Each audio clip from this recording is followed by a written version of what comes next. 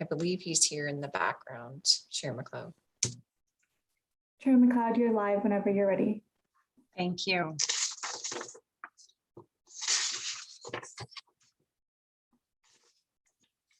Probably get the correct agenda then, shouldn't I?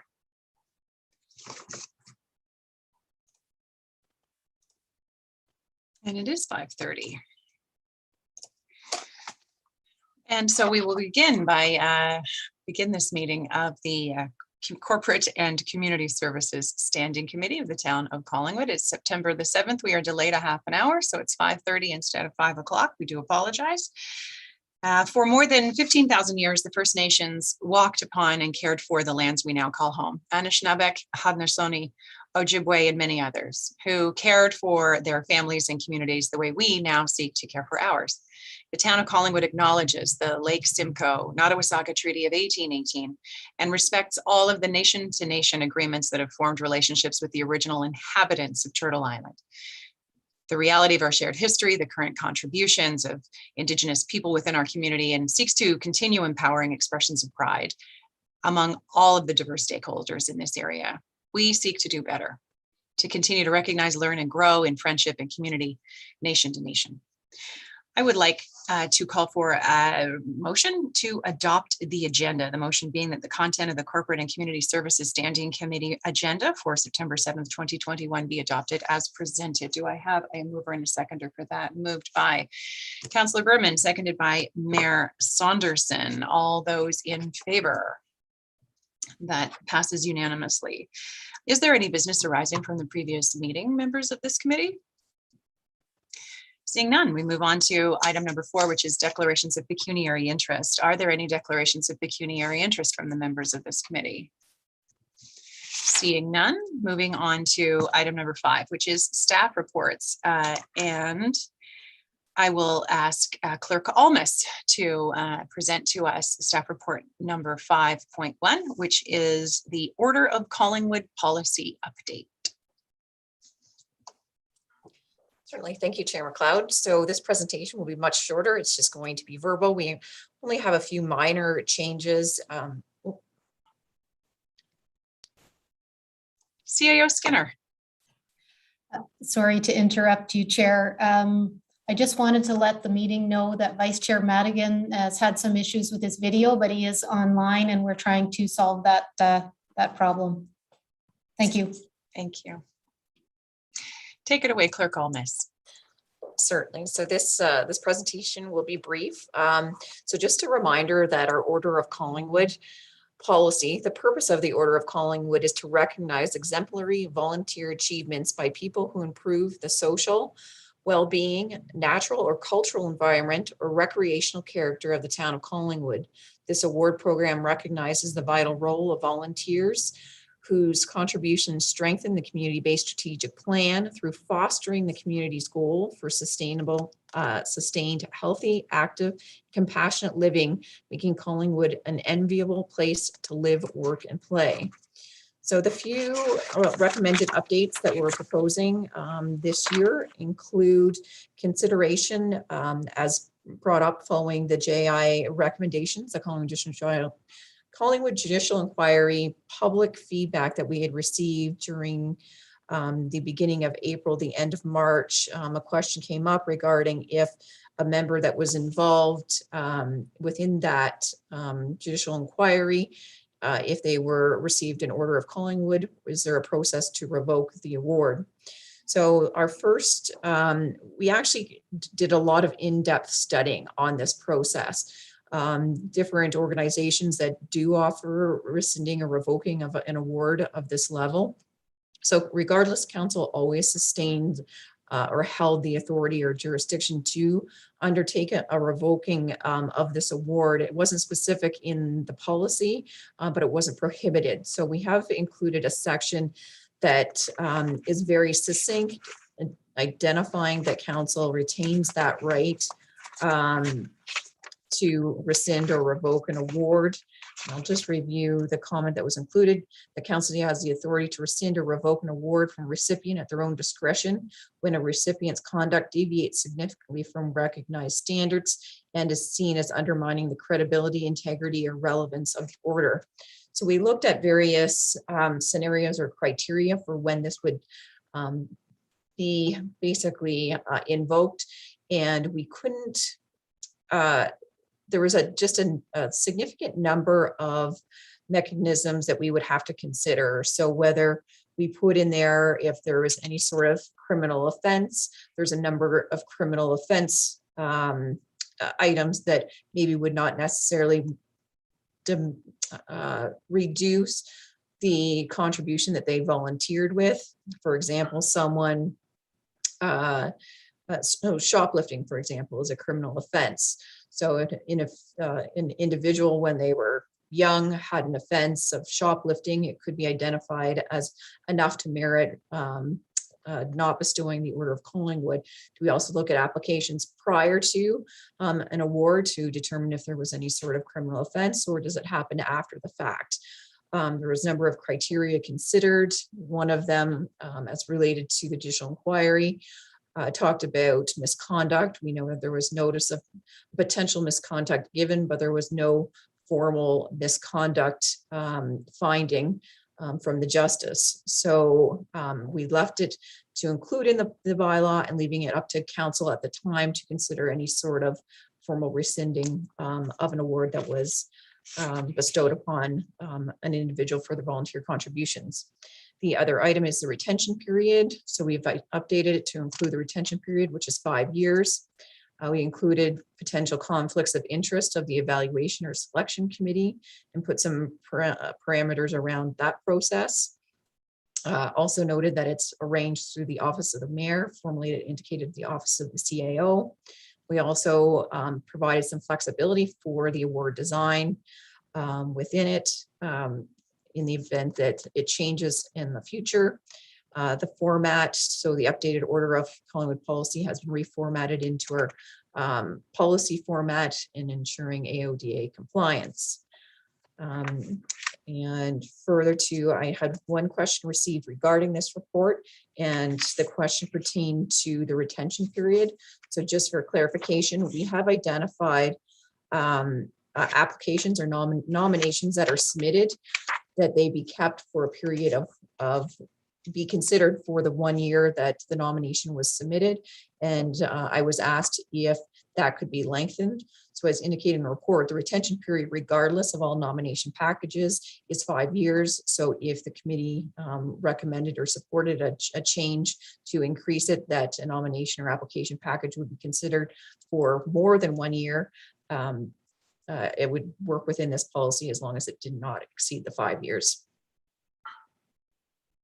And that's it.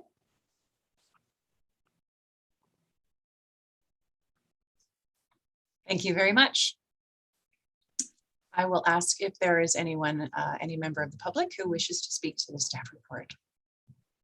Thank you through Chair McLeod. So the attendees to this meeting, if you want to speak to any of the reports during the public delegation components, please press the raise your hand feature at the bottom of your screen, and we will unmute you so you can address the report or item in question. And at this point, we don't have anyone wishing to speak to the staff report. Thank you. I have just received word from Chief Parr that there has been an alert sent out from Environment Canada for a possible tornado in our area. My thought is that we continue on. However, I am willing to accept input from the committee on whether we ought to put this meeting off to another day. Thoughts? Seeing none, we will push on. And so I need a mover and a seconder for staff report to see 2021-15 Order of Collingwood policy update, that it be received and that council approve the revised Order of Collingwood policy with recommended updates contained herein. Do I have a mover and a seconder? I have a mover in Vice Chair Madigan and a seconder in Councillor Berman. Do we have questions, comments, or queries regarding the staff report? Councillor Berman. Thank you, Madam Chair. The retention period, the question that the clerk was referring to was mine. I'm not married to asking for an amendment, but I have seen over the years people that nominate people for the award and then get extremely frustrated when their nominee doesn't get in because they obviously believe that that person deserved it and they swear, I'm never going through this process again, blah, blah, blah. So that's the only reason that I'd asked about maybe amending it for 2 years so that people didn't have to go through that emotional process again. I'd like to maybe hear what my colleagues think, and then maybe I will put the amendment on the table. But like I say, I'm not married to it. Vice Chair Madigan.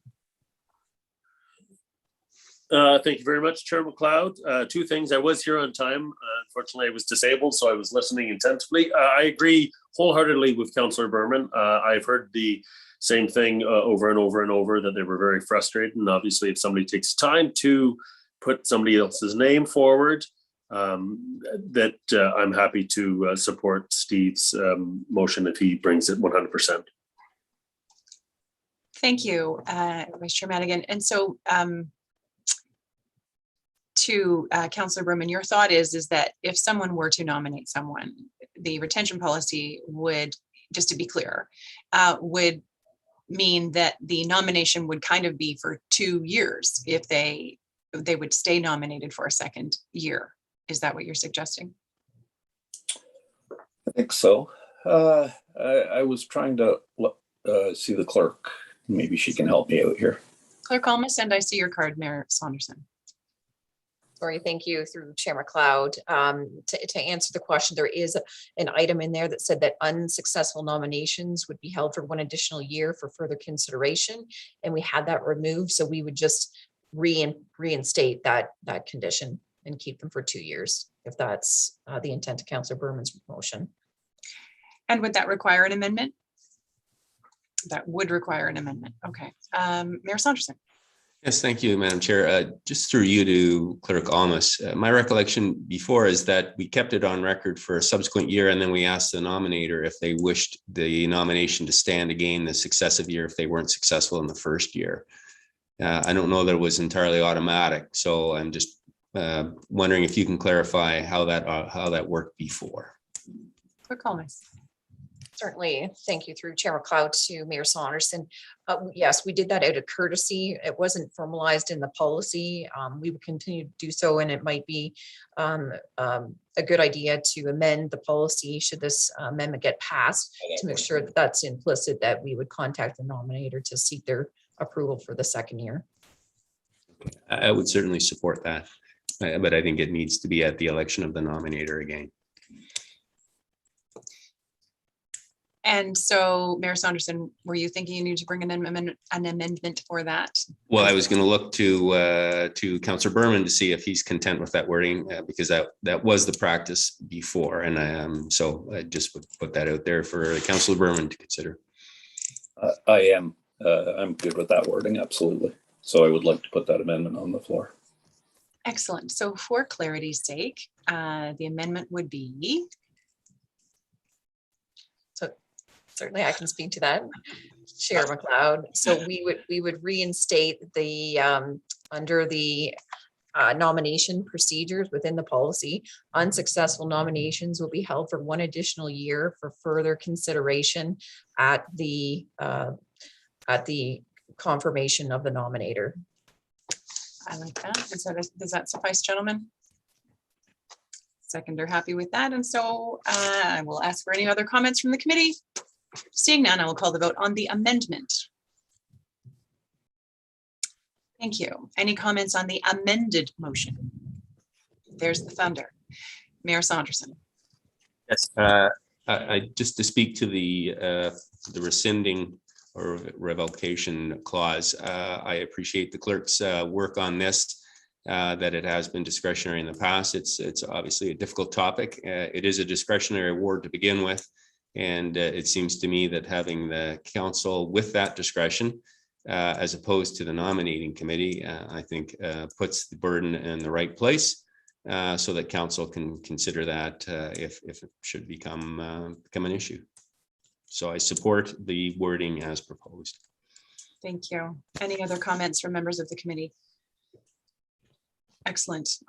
And my comment is I'm very, very sad this is required. However, happy with the diligent work that is done by our staff. And so with that, I will call the vote. All those in favor.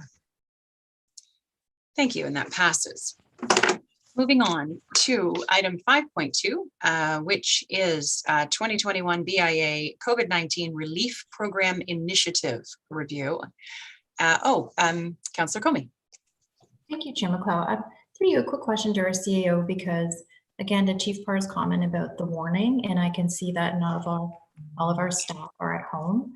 CEO Skinner, does staff have a safe place to shelter should the warning escalate? If I'm uncomfortable seeing staff not at home, so I just want to ensure that we're not causing undue stress or burden on staff at this time.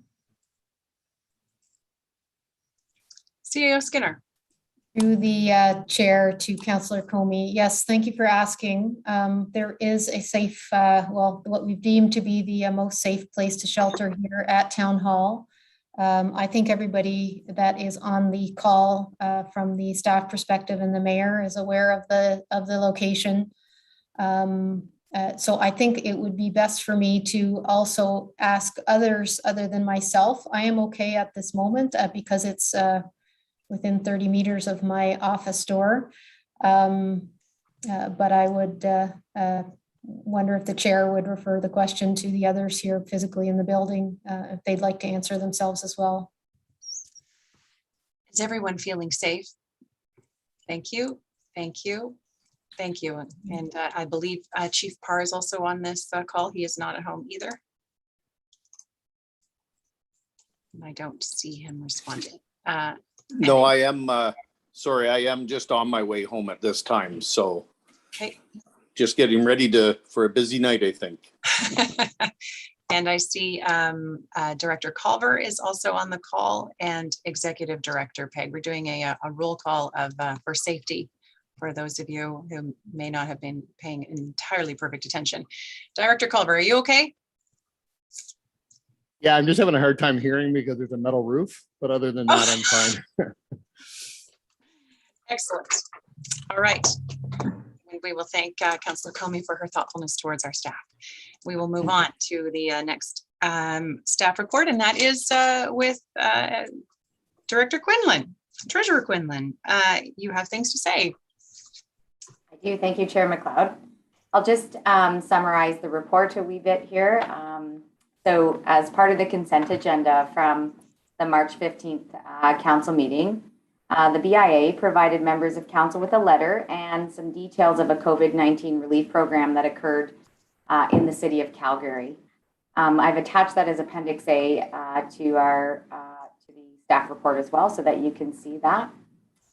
This resulted in Resolution 061-2021, where a staff report was requested. And this staff report is addressing that request. So the town of Collingwood received just over $1.8 million through the Safe Restart Operating Fund over the last 2 years. Largely, 2/3 of it was received in 2020 and the remaining third in 2021.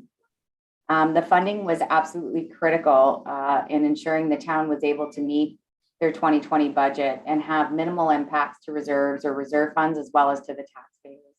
And again, those amounts were necessary in 2021 as we faced more closures and, for the most part, unplanned closures, things that we weren't expecting, certainly quite to this degree, carrying on into 2021. So as described in Appendix A, the City of Calgary used a portion of their COVID-19 grant funding, in fact, just over $4 million, to provide a one-time credit to their BIA member businesses. And this was part of the city's efforts to support their businesses through the pandemic. Staff were able to find a few other municipalities that provided relief to their BIAs in the form of grant applications, albeit none quite to the extent of the City of Calgary. For the most part, these support systems were less than 5,000 per business, and matching funds were required. In addition to this, many municipalities, including the town of Collingwood, provided details on the COVID-19 supports, both from the federal and provincial levels of government, promoted and sponsored. I'm sorry, I hope you can still hear me. The rain's coming pretty good, so I'll talk louder. Promoted and sponsored shop local events and messaging, and waived penalties on taxes and water services. At this time, unfortunately, the COVID-19 funding for the town has been fully dispersed to support other divisions, which in turn protects taxpayers as a whole. However, given we are only partway through the year, it is possible that the forecasted amounts for 2021 could change, and that a small amount might be applicable or applied towards the BIA, should members of council feel this was the right move to do. So at this time, staff would commit to the review of any remaining unallocated funds available late in this fall and report back to council if opportunities exist. And that's kind of the sum up of that report. Thank you. Clerk Almus, do we have any questions from members of the public for this on this report? Thank you, Chair McLeod. Again, if you wish to speak, please press the raise your hand feature. And at this point, nobody wishes to speak to the report. Thank you.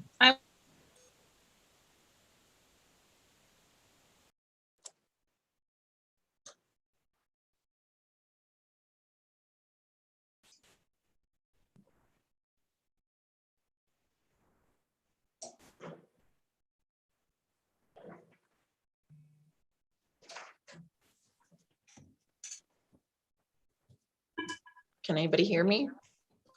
I can. Sarah, can you hear me? I can, but it looks like everybody else is froze. Yes, I was just trying to call Sonia. So it's staff are here. I think everyone in the building, but I look downtown, it's black. So we might be on a generator or some backup system. It looks like we've lost power in the community. Yeah. I did just get a text from the chair and she says, well, I'm in the dark. Now she knows how I feel all the time. We do a lot to make sure you don't feel that way too often. It's not your fault, believe me.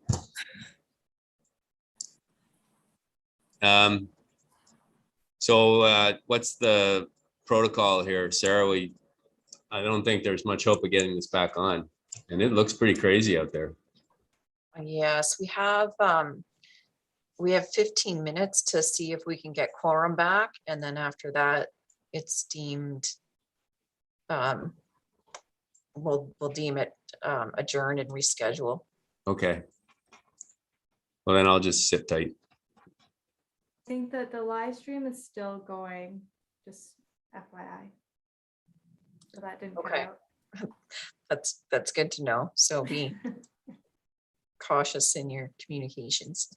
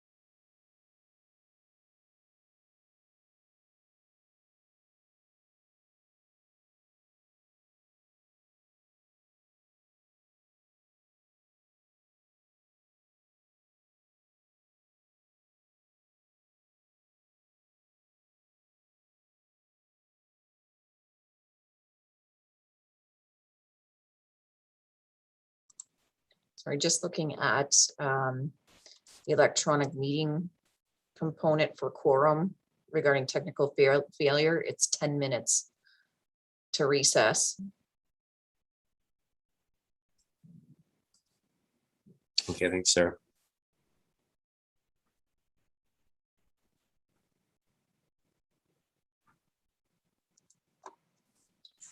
So Stephanie, if you could give us the 10-minute mark, and if not, then it says the meeting will be deemed adjourned.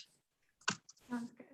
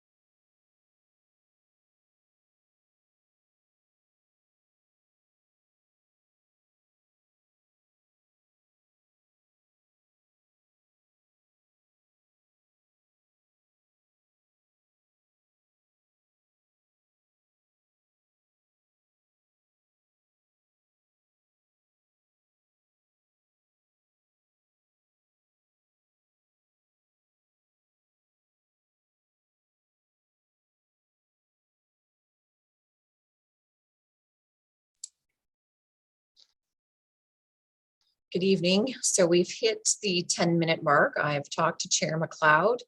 So in accordance with the procedural bylaw, the meeting is deemed adjourned and not recessed.